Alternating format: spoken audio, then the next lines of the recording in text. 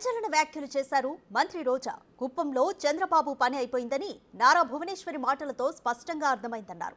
Chandrababu rest తీసుకునే సమయం ఆసన్నమైందంటూ ఎద్దేవా చేశారు మంత్రి రోజా. కుప్పంలో నారా భువనేశ్వరి గారి ప్రసంగం చూస్తే స్పష్టంగా అర్థమైపోతుంది చంద్రబాబు నాయుడు పని అయిపోయిందని.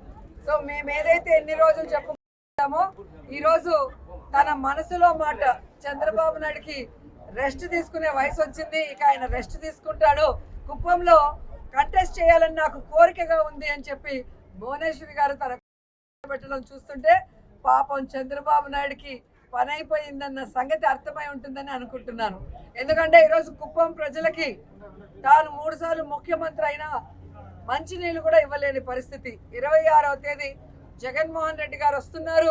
కుప్పం చిరకాల కోరికైన మరి హంద్రీ నివా ద్వారా నీళ్ళు ఇవ్వబోతున్నారో కళ్ళారో చూడబోతున్నారు. అంతేకాకుండా అక్కడ ప్రజలు కోరుకున్న విధంగా మున్సిపాలిటీని చేశాం, రెవెన్యూ డివిజన్ని చేశాం.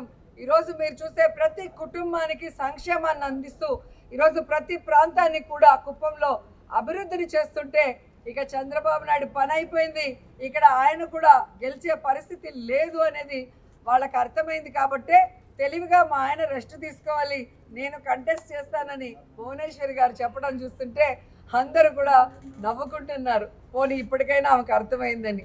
సో కుప్పం ప్రజలకే ఏమీ చేయని చంద్రబాబు నాయుడు ఈ రాష్ట్ర ప్రజలకు ఏమీ చేయడన్న సంగతి రాష్ట్ర ప్రజలకు తెలుసు. కాబట్టే కుప్పంతో సహా 2024 175కి 175 జగనన్న కొట్టబోతున్నాడు.